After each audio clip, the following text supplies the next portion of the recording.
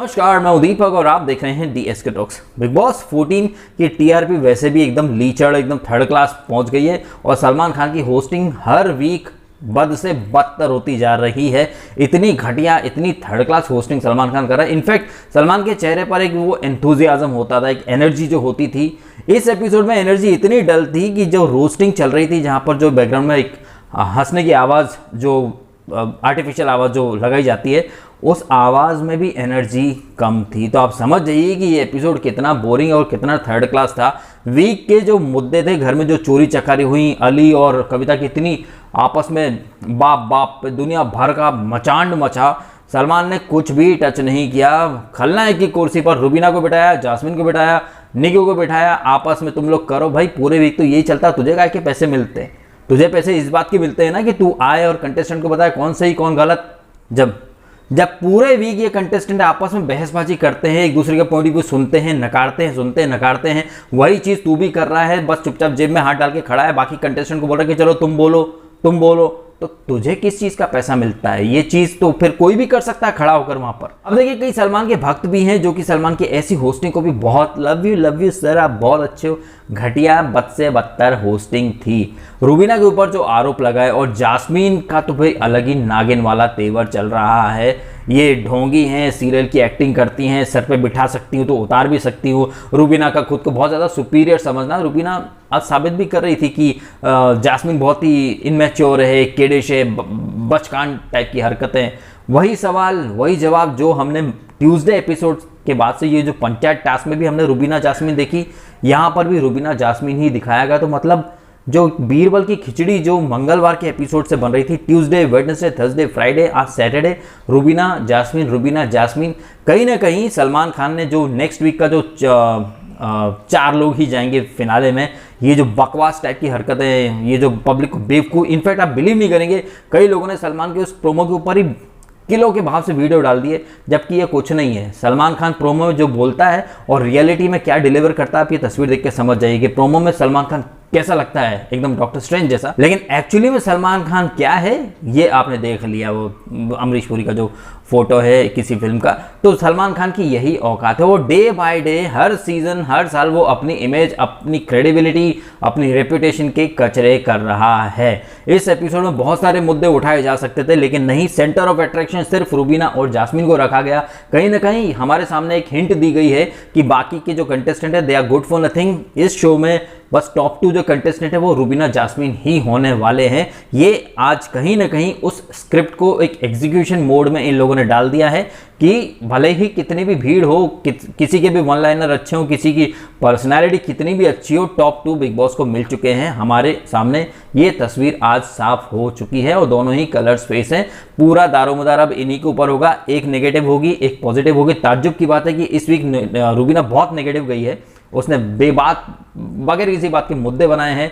उसने खुद को ही हिपोक्रेट और कॉन्ट्राडिक्ट साबित किया है। बट सलमान ने बोल दिया कि रुबीना बहुत अच्छा गई हो, इस वीक आपने शो पूरा रन किया है। कहाँ से रन किया है? हमें तो जहाँ तक दिखाई दिया कि मंडे, ट्यूसडे, वेडनेसडे कविता के ही मुद्दे थे। 3 दिन तो कविता चली हैं, 3 दिन तो कविता ने ही शो चलाया था। उसके बाद रुबीना जास्मीन को इक्वल स्पेस टाइम मिला है। बीच में एजाज और राहुल के भी झगड़े हुए हैं, अली कविता की भी, और निकिता तंबोली, पवित्रा, निकी तंबोली, एजाज, इनके भी खूब मचमच हुए हैं। तो पूरा वीक रुबीना ने कहाँ से रन किया है, कौन से एंगल से? सलमान तो देखता ही कहाँ है। मनीषा ने बोल दिया होगा भाई, जो बिहाइंड द सीन्स जो टीम कंट्रोल करती है, उन्होंने जो बोला सलमान ने हूबहू वही बोल दिया। बिल्कुल भी एंथुजियाज्म, एनर्जी लगी नहीं रही थी। ऐसा लग रहा था कि भाई चलो कर लो यार तुम लोग।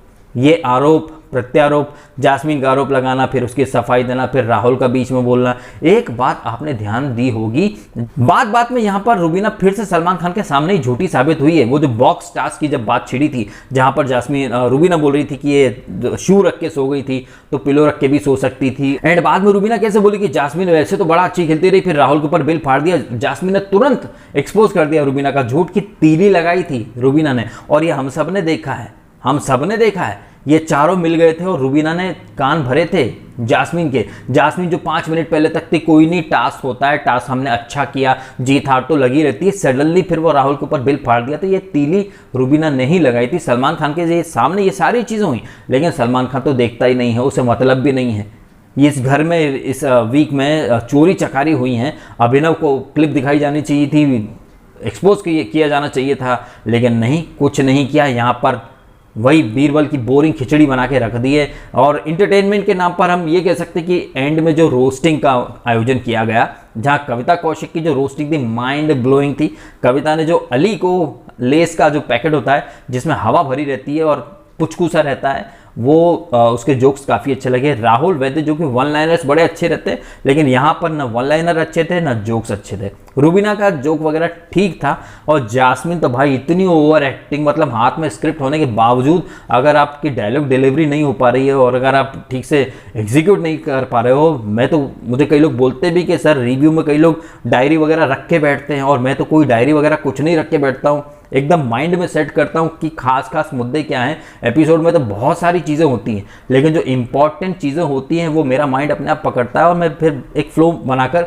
वो चीज़ें बोलता हूँ। लेकिन जब आप देख रहे हैं एपिसोड के अंदर हाथ में स्क्रिप्ट है, आपके पास टाइम भी मिला था, लेकिन आप टाइम पे झगड़ा करते रहे। रूबीना की एक बात मुझे यहाँ बहुत अच्छी लगी कि राहुल, अली या जास्मिन, ये जो भी हों, ये लड़ाई झगड़े कर रहे थे और वो अपनी स्क्रिप्ट पर फोकस कर रही थी, तो उसके जोक्स काफ़ी अच्छे थे। कविता के जोक्स भी काफ़ी अच्छे थे। अली और राहुल दोनों ने कहीं ना कहीं बहुत डिसअपॉइंट किया। शायद अगर अली और राहुल दोनों अलग अलग करते तो राहुल का एक्ट कुछ अच्छा हो सकता था। बाकी तो ये जब जोक्स बना रहे थे तो हमें तो हंसी आ ही नहीं रही थी। इवन जो बैकग्राउंड में जो नकली जो हंसी चलती है उसकी भी एनर्जी डल हो गई थी।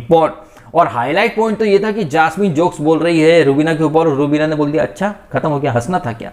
तो यही साबित होता है कि इन लोगों का पता नहीं ये लोग सीरियल में एक्टिंग वगैरह कैसे कर लेते हैं। और उस पर जास्मिन तो वो सोनी पर कुछ फन हित में जा रही है, कॉमेडी भी करती है।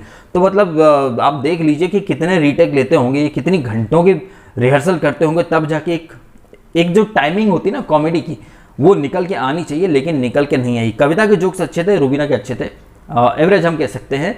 बाकी उससे बेटर थे, बाकी कौन, अली और राहुल ही थे, और जास्मिन तो थर्ड क्लास थी। यही रहा है लब्बो लबा। प्रोमो दिखाए बहुत बड़े बड़े, डेबोलिना और काम्या पंजाबी, ये तो खैर कल आएंगे, और कल भी कुछ होने वाला है नहीं। ये 4 लोग जाएंगे फिनाले में।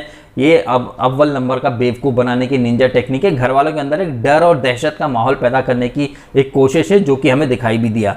जहां रूबीना तो ऑलरेडी एंट्री मिल, अरे भैया एंट्री क्या मिली, उनको तो ट्रॉफी भी मिल जाएगी है, वो तो ऑलरेडी टॉप 2 में जा ही रही हैं, तो वो टॉप 4 में तो ऑटोमेटिकली आ जाएंगी। जास्मिन भी आ जाएगी। अगले 2 स्पॉट किसके होंगे, राहुल की, एजाज और पवित्रा का देखो भाई कॉन्फिडेंस कि वो खुद को भी टॉप 4 में देख रही है। अरे मैडम आप तो आज रात में निकल गई हो, चीर दूंगी, फाड़ दूंगी, कब चीरोगी, कभी फाड़ेगी, कभी चीरेगी है। भूतन ये निकी ना मस्त इसकी उड़ाई थी, भूतन चल कभी अभी नहीं तो कभी नहीं, कभी के चक्कर में निकल ली मैडम, और खुद को टॉप 4 में देख रही। मतलब गलत फहमियाँ इस कदर हैं लोगों के अंदर कि वही लोग शो को रन कर रहे हैं। इसका सबसे बड़ा कारण है चूतिया होस्ट, जो टाइमली फीडबैक देता नहीं है। चैनल की स्क्रिप्ट 10 साल तो ऐसे बोलता है सलमान खान, 10 साल से होस्ट कर रहा है, 10 साल से होस्ट कर रहा है, 10 साल से हम भी तुझे देख रहे हैं कि तू पहले कैसी होस्टिंग करता था, अब तू सिर्फ चूतियापा करता है और कुछ नहीं करता है।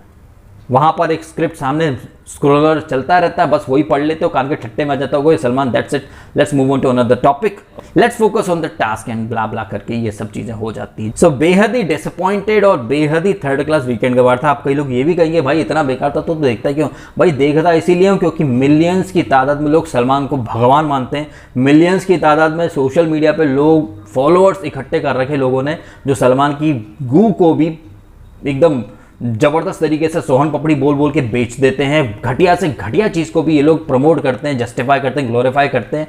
तो रिव्यू करना बहुत ज़रूरी इसलिए था कि रियलिटी भी आपके सामने लाई जाए कि सलमान क्या लीचर होस्ट हो चुका है, उसे कुछ मतलब नहीं है। पब्लिक इमोशंस का ये लोग मजाक बनाते हैं।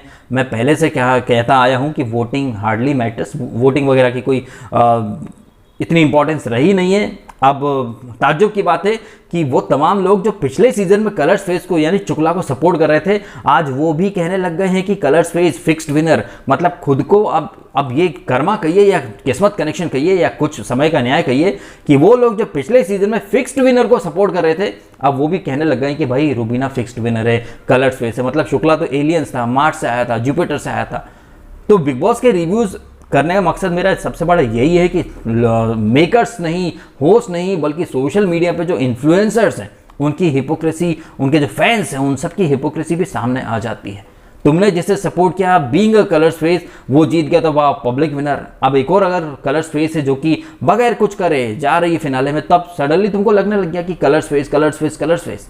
तो देख लीजिए लोग कैसे रंग बदल लेते हैं। उसके बाद लोग मुझसे कहते हैं कि भाई डीएसके तुम पहले रिव्यू अच्छे करते थे, अब तुम बदल गए हो। बदला मैं बिल्कुल नहीं हूँ, लोगों की एक्सपेक्टेशंस बदल गई हैं। लोग चाहते हैं कि उनके हिसाब से रिव्यू किया जाए। वो जैसे सपोर्ट कर रहे हैं डीएसके, आप उसके लिए अच्छा बोलो। तो क्या हुआ, डीएसके आप कलर्स फेस के खिलाफ बोलते हो तो, लेकिन हाँ आप पसंद कर रहे हो तो डीएसके आप उसकी तारीफ करो। डीएसके किसी के तलवा चाटुगिरी नहीं करता। जो गलत है वो गलत है, जो सही है वो सही है। चाहे वो कविता कौशिक हो, राहुल वैद्य हो, जास्मीन हो, रुबीना हो। रुबीना जब सही थी, रुबीना को भी हमने बहुत सपोर्ट किया। अब रुबीना गलत जा रही है तो कहाँ से सपोर्ट किया जाए।